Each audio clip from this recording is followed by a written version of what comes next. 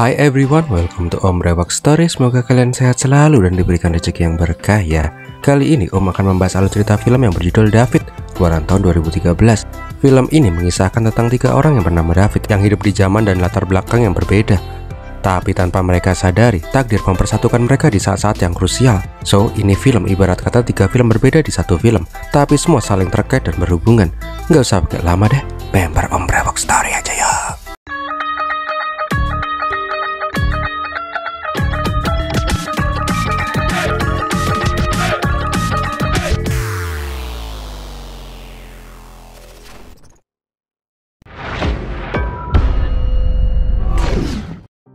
Awal kisah, London 3 Maret 1975. Diperlihatkan ada anak Sultan India Muslim di London yang hendak disunat. Diperlihatkan juga Mas ganteng yang bernama David datang ke acara itu. Tapi tiba-tiba ada penembakan di sana. Mumbai 3 Maret 1999. Diperlihatkan ada sebuah kampanye emak-emak yang pengen nyalon jadi presiden. Diperlihatkan juga mas-mas gimbal mukanya babak belur yang bernama David. Dengan mata penuh amarah dan membawa pisau, dia hendak membunuh ibu politisi itu. Goa 3 Maret 2010. Diperlihatkan sebuah acara pemberkatan pernikahan gadis blasteran bule di tepi jurang. Diperlihatkan juga mas-mas yang terlihat gelisah di sana yang bernama David juga. Ternyata yang menikah itu bukanlah si David, melainkan cowok lain. Dengan tatapan penuh makna, David memandang mempelai wanita itu dengan dalam. Dan filmnya pun dimulai. So, kita flashback 1 bulan sebelum semua kejadian itu terjadi. Perhatian dulu nih ya sebelumnya. Film ini aslinya tuh lompat-lompat antara David tahun 75, tahun 99, dan tahun 2010. Daripada bikin bingung, Om akan membahasnya per chapter aja ya. Jadi 1 chapter itu bahas full David semua, nanti lanjut David kedua, nanti lanjut ke David ketiga. Dan nanti di akhir film baru deh kita tahu takdir apa yang mempersatukan antara David ini. So, langsung aja deh kita mulai. London 1975. Diperlihatkan ada 3 orang agen mata-mata RAW India yang mendatangi salah satu mafia muslim di London. Intinya, para agen itu ingin meminta bantuan dari bos mafia yang bernama Imam Zaidi untuk membantu mereka membunuh ketua geng mafia lawan Zaidi yang bernama Iqbal Ghani. Rao memburu Ghani karena Ghani diduga sebagai dalang di balik teror bom di India. Di sini Imam Zaidi tidak ingin ikut campur dalam urusan RAW karena ayah Imam Zaidi ini dulu adalah sahabat dari Iqbal Ghani. Namun di satu sisi, Imam juga sedikit risih dengan berkembang pesatnya geng mafia pimpinan Ghani yang bisa mengganggu kelangsungan dari geng mafia miliknya. Karena hal itulah, Imam menyuruh anak buahnya yang dulu pernah menjadi anak buah dari Ghani untuk memberikan informasi tentang Ghani. Singkat cerita, Rafiq memberikan semua informasi yang dia tahu tentang Ghani dan geng mafianya. Diceritakan, Ghani memiliki 3 orang kepercayaan sekaligus pelindung dan penasehat. Pertama, Zubair, teman Ghani sekaligus penasehat Ghani. Kedua, Muhammad Bakran, bodyguard Ghani, pria pendiam religius tapi akan berubah menjadi sangat kejam bila ada yang akan menyakiti si Ghani. Ketiga, orang yang paling ditakuti di gengnya Ghani, orang paling setia dan menjadi eksekutor pembunuh berdarah dingin, David. Diceritakan bila David itu udah kayak John Wick-nya Vrindavan. Dia nggak segan-segan membunuh orang-orang yang menjadi lawan dari si Ghani. Intinya, kalau David udah bergerak, semua targetnya pasti akan COD dengan malaikat maut.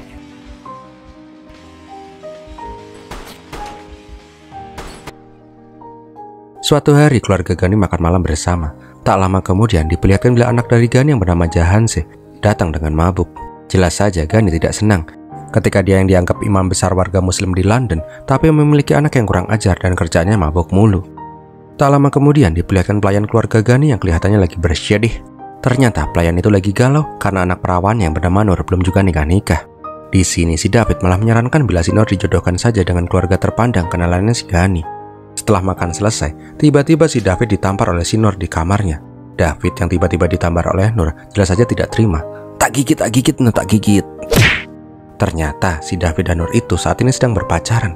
Namun David dan Nur tidak berani membuka hubungan mereka di publik. Di sini Nur mengatakan dia tidak akan pernah menikah bila tidak dengan si David. Dan mereka pun, dah gak usah dibahas ya, pokoknya enak-enak dah. Tapi sialnya pas lagi mau ngegas, si David malah dipanggil oleh si Jahan. Intinya si Jahan ini ingin mengajak si David happy-happy ala orang bule. Namun David yang udah kentang akhirnya menolak ajakan itu. Ya iyalah, rumah lagi kosong, cuman berdua, mending di rumah aja, ya kan? Lanjutlah, gendal. Pokoknya malam itu menjadi malam yang anget-anget empuk-empuk buat si David dan Nur. Setelah tarung semalam suntuk, di bawah meja makan Nur mengatakan bila saat ini dia sedang mengandung anak dari David. Intinya Nur ingin David bilang tentang hubungan mereka ke Ghani agar Nur bisa dinikahi oleh si David. Di tempat lain diperlihatkan bila keponakan Imam Zaidi tewas. Arindan mengatakan bila keponakan Imam itu tewas dibunuh oleh kelompoknya si Ghani. Karena hal itulah Imam menjadi murka dan bersedia bekerja sama dengan agen RAW untuk membunuh si Ghani. Di tempat lainnya lagi diperlihatkan acara pengiringan jenazah yang mati karena adu tembak dengan keponakannya Imam. Di momen ini agen RAW dan anak buahnya si Imam merencanakan pembunuhan si Ghani. Dari atas genteng, Pramod dan Paritos sudah standby dengan senapan laras panjang. Tapi karena Paritos itu on, dia pun luput menembak si Ghani. Mengetahui Ghani dalam bahaya, akhirnya terjadi baku tembak di sana.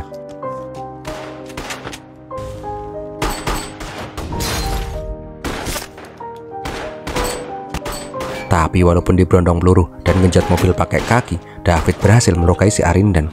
Nggak cuman itu, setelah Ghani berhasil kabur, David langsung menembak Arindan hingga tewas. Melihat atasannya tewas, Pramod dan Paritos pun langsung kabur.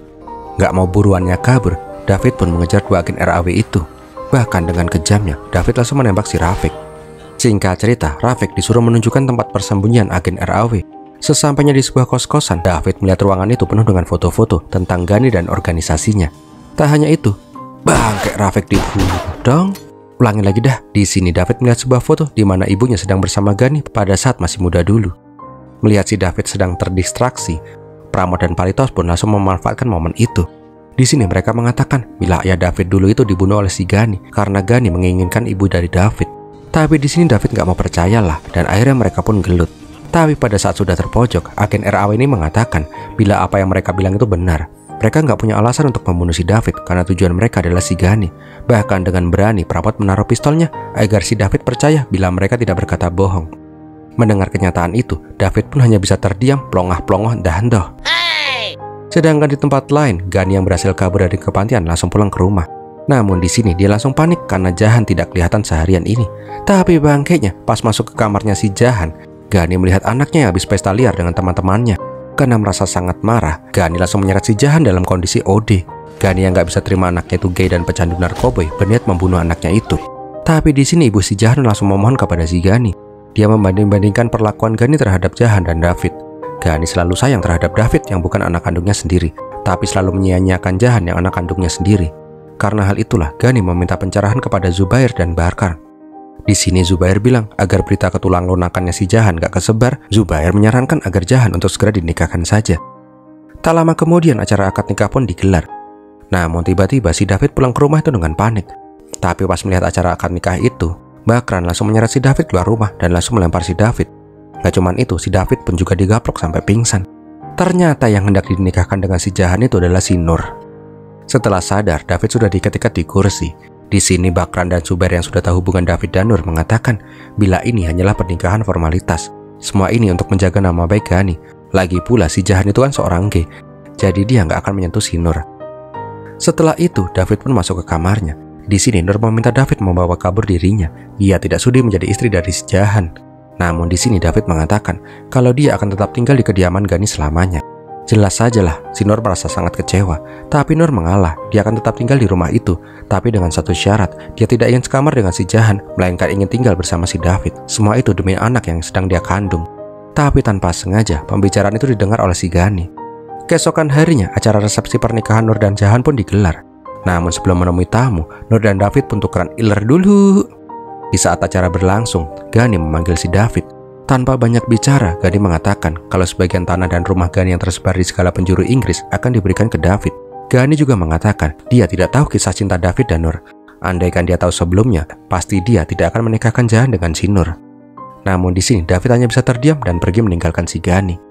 Di tempat lain diperlihatkan sebuah sabung orang underground. Ternyata David ingin bertemu dengan agen RAW. Di sini David menanyakan siapa orang di foto itu. Prasot mengatakan kalau orang di dalam foto itu dulunya adalah tangan kanan si Ghani. Orang itu juga merupakan salah satu pendiri geng mafia si Ghani bersama ayahnya si David.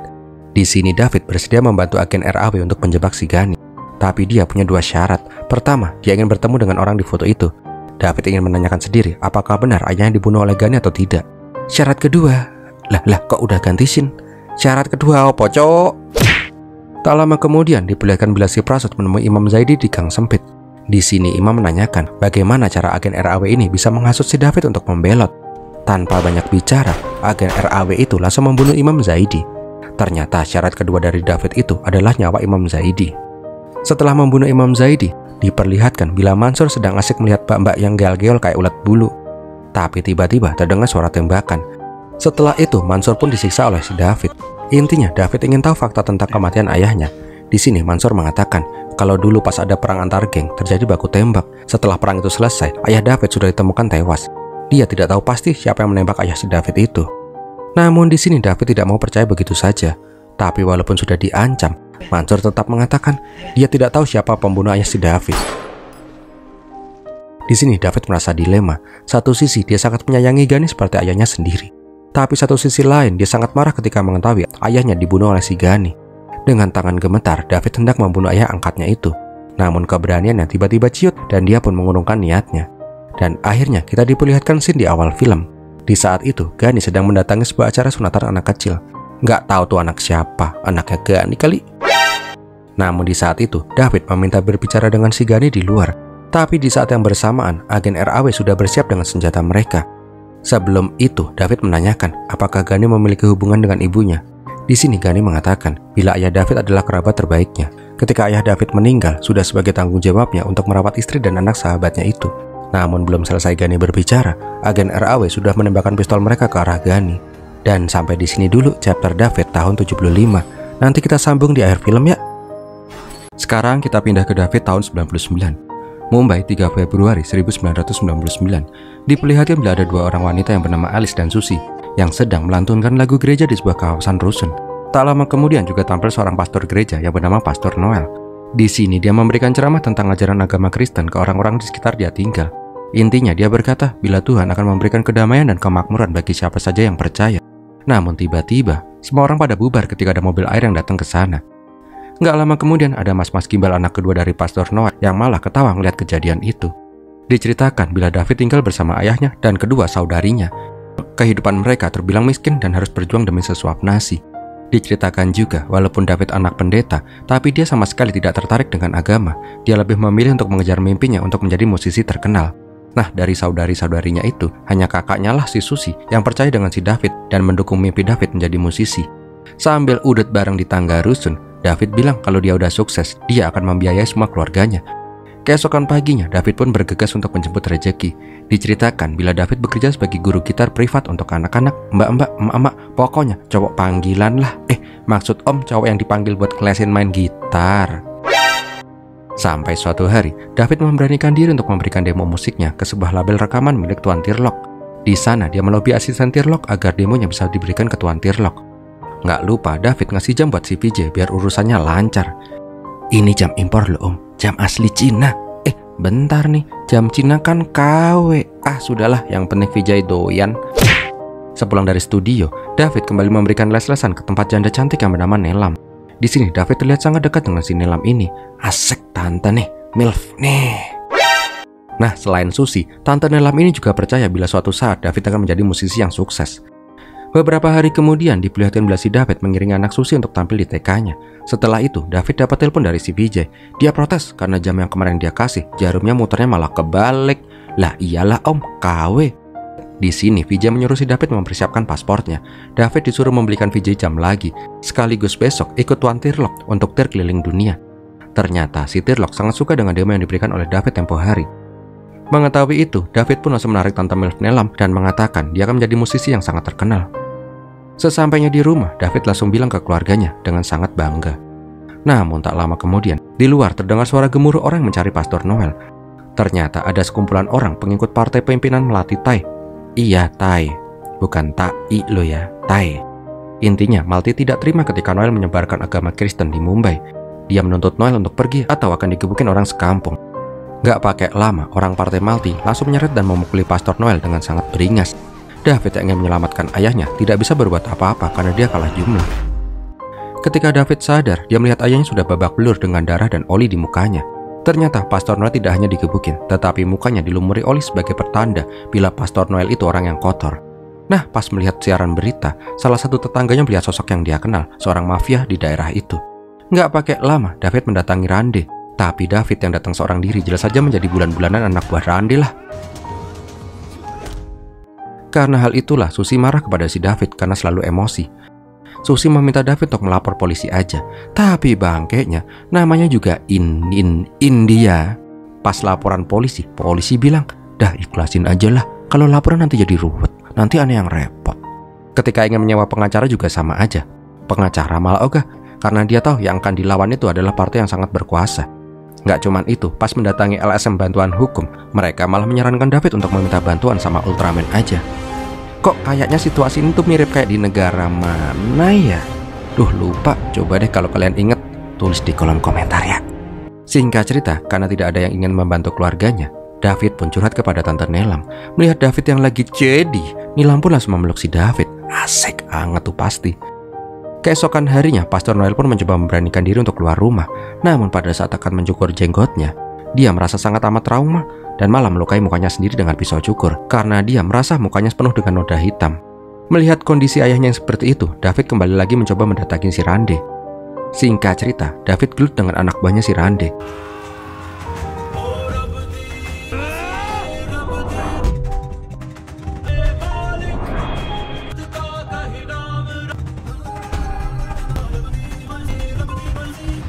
Tapi sekali lagi David kalah, cuk. Namun melihat si David yang gak mau menyerah, akhirnya Rande bersiap berbicara dengan si David. Intinya si Rande bilang, dia itu cuma ikut perintah dari Melati Tai karena dibayar. Malti gak suka ada agama lain selain Hindu yang tersebar di India, karena partai Malti itu adalah partai agama Hindu. Semakin kuat pengaruhnya, semakin rasis partainya. Karena sudah tahu dalang dari semua ini, David pun pergi ke kantor Partai Nile. Dengan tatapan penuh amarah, dia mencoba menemui emak-emak julid rasis nyebelin itu. Nah, pas di dalam lift, David langsung memaksa masuk. Di sini dia menanyakan kenapa Malti menyakiti ayahnya yang tidak tahu apa-apa. Namun si David langsung shock ketika dengan gampangnya Malti bilang, India itu harus bersih dari agama lain. Jadi dia nggak terima bila Pastor Noel menyebarkan agama di Mumbai. Fix no debat, nih emak-emak nyebelin banget.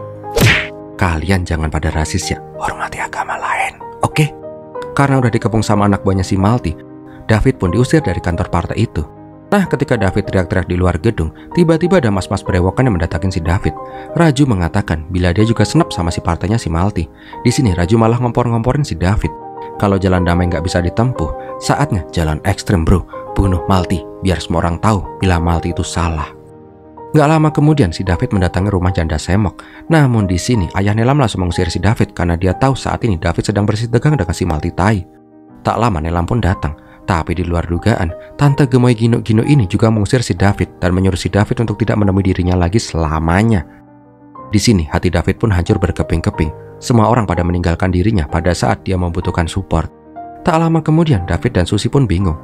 Mereka harus gimana ya? Namun tiba-tiba Alice datang sambil histeris. Dia bilang ayah mereka hilang. Ketika diubuk-ubuk sampai malam, ternyata Pastor Noel sedang memberikan ceramah di sebuah kuburan Kristen. Intinya Pastor Noel terlihat depresi berat. Tapi dia nggak lupa untuk memberikan ceramah untuk umatnya. Di saat itu, David semakin menjadi marah kepada Malti. Ayahnya yang menyebarkan perdamaian harus menerima semua itu. Dan akhirnya kita pun sampai di scene di awal film. Terlihat bila si David menatap dengan tajam Malti Tai yang sedang berpidato. Dengan support dari Raju, David pun berniat membunuh si Malti di muka umum. Dan chapter David 99 pun selesai dulu. Nanti kita sambung di akhir film ya. Goa 3 Februari 2010 diperlihatkan seorang nelayan handal yang nangkep ikan barakuda aja pakai tangan kosong. Ternyata sumber kekuatannya adalah karena dia tuh pecandu miras kelas atas. Lihat aja minumnya, nggak pakai gelas cok, langsung pakai corong. Nggak lama sahabat David yang bernama Peter juga sampai di warung itu. Dia bilang hasil penjualan ikan mereka laris manis. Di sini Peter juga bilang kalau sebentar lagi dia akan segera menikah. Namun di meja sebelah, si Peter malah diketawain karena Peter yang playboy cap kuda laut itu bisa-bisanya bilang akan menikah. Gak cuman itu, ada emak-emak yang malah menghina si David karena Peter yang terkenal punya cewek banyak, sedangkan si David udah uzur masih aja jomblo sampai tua lagi. Tuh, nyinggung om nih kayak nih emak-emak. Bangke, emosi ya emosi bos, tapi tuh mama jangan digaplok lah. Bangkeknya lagi anak boncel anak dari tuh emak-emak gak terima emaknya digaplok si David. Jelaslah dia langsung ngamuk. Gelut sambil dengerin lagu kayaknya enak sih nih. Nah walaupun David itu jomblo akut, tapi kalau urusan gelut dia mah gak ada lawan coy.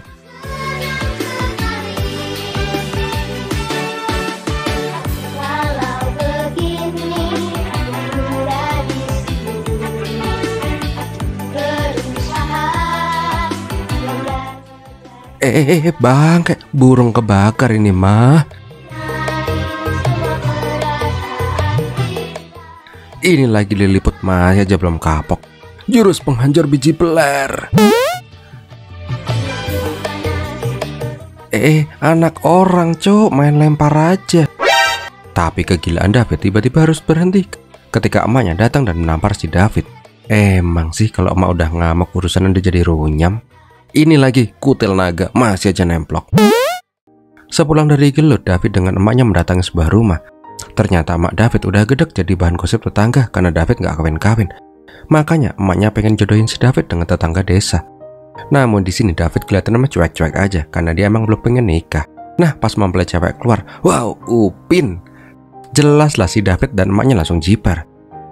Sepulang dari ketemu sama Upin, David pun curhat ke sahabatnya, si Franny, yang merupakan pemilik panti pijat plus-plus di kampung. Intinya si David gedek dari kemarin kapan dijodohin mulu sama emaknya, tapi nggak ada satupun yang beres. Kemarin cewek ayan, kemarinnya lagi cewek buta, sekarang cewek botak, besok pasti dikenalin sama cewek bisu tuli dah. Namun di sini Franny yang bosan dicurhatin terus menyuruh si David nyari cewek sendiri aja daripada dijodohin emaknya terus. Nah di sini juga diketahui bila si David itu punya kebiasaan usil tapi nggak ngotak. Dia yang nggak suka melihat orang lain nikah akan menggunakan topeng Santa Claus dan menggaplokin orang-orang yang mau nikah itu. Jelas lah Franny yang tahu kalau itu adalah ulah dari teman gak ngotaknya langsung mengusir si David. Sepulang dari panti pijat, David ngobrol sama babenya. Intinya sih dia minta petuah sama si babenya biar cepat dapat cewek cantik dan seksi. Tapi babenya malah bilang, "Nak, lu nggak lihat apa wujud mak lu? Udah dapat mak lu aja babe udah beruntung. Ini malah minta tips untuk nyari cewek seksi." Nah karena sama-sama gabut, mereka berdua pun pengen mabok bareng. Tapi anehnya, tiba-tiba ada mas-mas nelayan yang tiba-tiba kelojotan sendiri dan kupingnya gatel. Bangke cok, ternyata babenya si David itu ternyata udah mati lama. Jadi yang ngobrol sama si David itu adalah arwah babenya. Karena pengen mabar, babenya itu merasukin orang lain. Emang bener nih hantu botak. Tapi pas mabar di atas pohon kelapa, tiba-tiba si David melihat cewek cantik layaknya malaikat. Diperlihatkan juga bila cewek cantik itu menggunakan bahasa isyarat ketika mengobrol. Takjub bro, orang jangan dijorokin dong. Keesokan harinya Peter mengajak David ke rumah calon bininya. Di sini Peter bilang agar David jangan kaget. Bangke, ternyata calon bini Peter itu adalah cewek yang kemarin. Nah kan bener si Roma itu pengidap disabilitas bisu dan tuli. Mas, ngelihatnya juga jangan sampai kayak gitu ngapa? Melihat Roma yang jadi calon istrinya si Peter, David pun bilang kalau Peter nggak salah milih calon bini. Duh Gusti, sekalinya suka sama cewek koyo pacar sahabat sendiri toh ya. Nasib. Singkat cerita, mereka bertiga pun pada main bareng, asik. Malam harinya, terlihat bila si Peter dan David pulang dalam keadaan beler mabuk ciu bekonang. Namun pas David mau cabut, si Roma memberikan isyarat untuk mengantarkan dirinya untuk pulang. Lah edan, cewek perawan ditinggal begitu aja cok. Awalnya sih si David yang lagi beler ini mah ogah. Tapi karena terus dipaksa sama si Roma, akhirnya si David nggak punya pilihan lain. Singkat cerita, dengan menggunakan sampan, David mengantar Roma pulang. Tapi sialnya di tengah jalan, mesin sampan mereka pun malah mati. Mas, mabok. Ini calon bini sahabatmu loh. Malah buka-bukaan baju ileng mas ileng. Lah kok malah nyebur? Oh alah nyolong dayung toh ternyata. Ketika mereka sudah mulai berjalan lagi, si Roma tiba-tiba langsung menari-nari di pinggir sungai. Ini nih, bibit jeruk makan jeruk.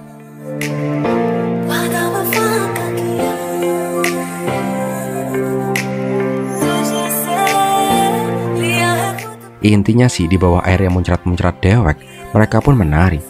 Bangke, ternyata dari tadi itu cuman halunya si David aja yang kebanyakan minum. Om kirain. Melihat tingkah laku si David, Roma hanya bisa ngelus dada. Singkat cerita, rumah Roma pun sudah kelihatan. Nah, untuk berterima kasih ke David, Roma langsung memeluk si David dari belakang dan meninggalkan jejak jigong di pipinya si David. Keesokan harinya, David kembali curhat sama hantu babenya.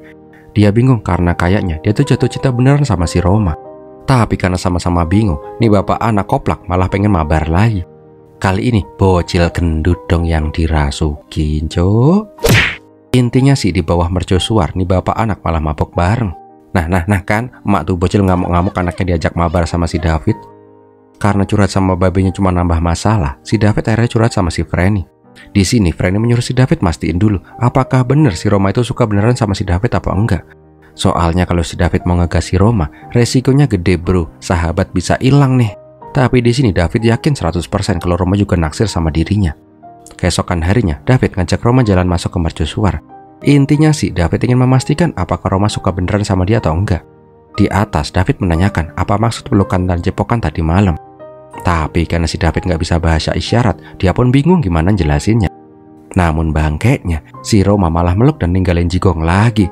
Jelaslah si David jadi sumringah banget. Malam harinya sambil nungguin si Franny mandi, David bilang kalau dia udah mantep, jatuh cinta sama si Roma dan sebaliknya juga gitu. Nah, sekarang gimana caranya agar menggagalkan pernikahan Roma dan Peter? Tapi di sini Franny menyarankan agar si David nyari cewek lain aja, teman makan teman lu bro. Karena nggak mau menyerah begitu aja, akhirnya si David menggunakan kartu pusakanya. Dia bilang ke emak kalau dia pengen kawin dan meminta ngelamarin si Roma. Mengetahui anak beban keluarga itu pengen melamar Roma, emaknya pun menyuruh si David untuk nyebut, Put, cah edan, Roma itu calon istri sahabatmu, masa mau ya diembat juga. Karena cintanya udah mentok sampai ke ubun-ubun, David pun menggunakan cara terakhir. Dia pun mengikat emaknya di kursi dan mengancam akan bunuh diri kalau nggak dilamarin. Jelaslah si emak langsung berontak karena nggak mau anak yang tampan rupawan itu kenapa-napa. Bangke, ini mah nggak mati bunuh diri jadinya, tapi mati ketiban gajah, cok. Karena anaknya hampir aja COD dengan malaikat maut gara-gara ketiban dirinya, emak akhirnya mau nggak mau bersedia melamarkan Roma untuk si David. Dengan takut-takut, emak hendak masuk ke rumahnya si Roma. Suara apa tuh? Emak, jangan mati. Ini lagi, kelapa nibaninnya bisa pas banget ya. Karena ketiban kelapa, emak pun harus dirawat di rumah sakit. Dokter bilang kalau emak sementara nggak bisa merespon. Ya minimal seminggu inilah. Nggak lama suster congean pun datang menemui si David. Bangke, ternyata tuh suster dirasukin sama si Babe. Babe bilang agar si David mengurungkan niatnya aja. Mungkin ini pertanda dari Tuhan biar si David nggak teman makan teman. Keesokan harinya David curhat lagi sama si Franny. Di sini Franny bilang mungkin kalau minta bantuan pastor bisa membuahkan hasil. Singkat cerita, David pun menemui Pastor Albert. Intinya sih dia pengen Pastor Albert membantunya bilang ke orang tuanya si Roma bila dia itu jatuh cinta banget sama si Roma. Namun pastor yang udah dapat jadwal pernikahan Peter dan Roma jelas saja menolak dong. Ketika udah mau cabut, David ketemu sama Babe lagi. Di sini David memaksa si Babe merasuki si pastor dan melamarkan Roma untuknya. Babe jelas saja nolak. Tapi karena diancam gak akan diajak mabar lagi, Babe pun merasukin Pastor Albert. Singkat cerita, Babe dan David pun sampai di rumahnya si Roma. Cek dulu ada kelapa nggak di atas? Aman, lanjut dah be. Nah di dalam, Babe dengan tubuh Pastor Albert mencoba menjelaskan semuanya ke Roma. Ini jelasinnya gimana ya? Mana gua nggak bisa bahasa isyarat lagi. Tapi nggak lama kemudian, tiba-tiba si Roma keluar dengan gondal-gandul berlari menuju si David. Melihat itu, David pun membuka pelukannya. Pentil gua kelihatan. Bangke, kirain si Roma itu setuju dengan lamaran si David. Ternyata Pastor Albert kelenger gara-gara ketiban kipas angin, cok. Ya sama kayak emak, Pastor Albert pun harus dirawat di rumah sakit. Ini Babe, bisa nggak sih nggak masuk tubuh orang seenak jidatnya? Intinya sih Babe bilang lagi, kalau kemungkinan ini semua udah takdir agar si David nyerah aja. Beberapa hari kemudian diperlihatkan sebuah pesta dari warga kampung untuk Roma dan Peter. Bentar, scene ini kok bikin pikiran Om traveling ya? Bodoh lah. Sedangkan si David malah rebahan di atas catering prasmanan dong.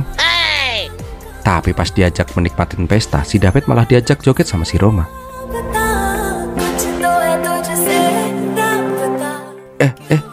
Sorry, salah. Ternyata si David nggak diajak joget. Itu cuman halunya si David aja, cok.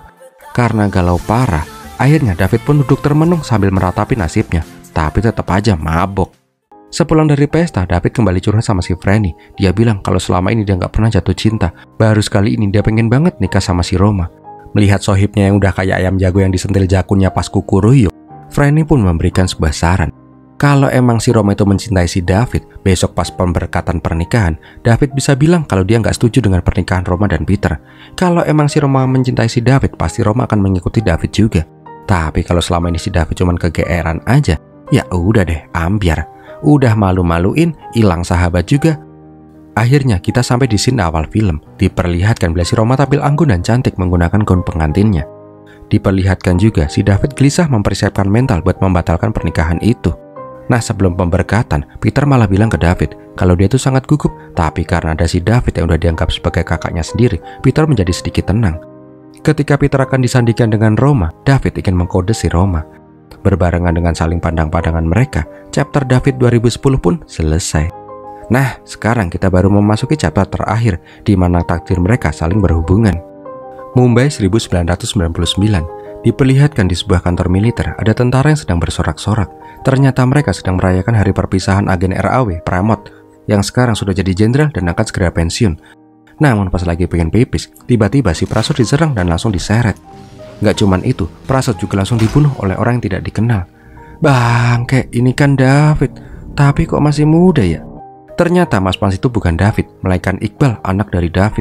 Diperlihatkan juga David menelpon kakeknya, Iqbal Ghani, yang ternyata masih hidup tapi saat ini sudah sakit-sakitan karena tua.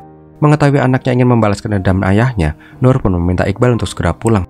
Ternyata pada saat dulu itu, David tiba-tiba sadar bila dia tidak bisa mengkhianati ayah angkatnya. Di saat itu, dia malah melindungi si Ghani, sehingga agen RAW malah menembaki si David. Karena kejadian itu, David harus tewas dan Ghani pun kritis. Namun di sini Iqbal tidak ingin mendengarkan ibunya. Dia pun ingin membalaskan dendam kematian ayahnya. Dari balik jendela, Iqbal mencoba mengeker ke kerumunan kampanye Multi-Thai. Ternyata Paritos saat itu berada di kampanye itu.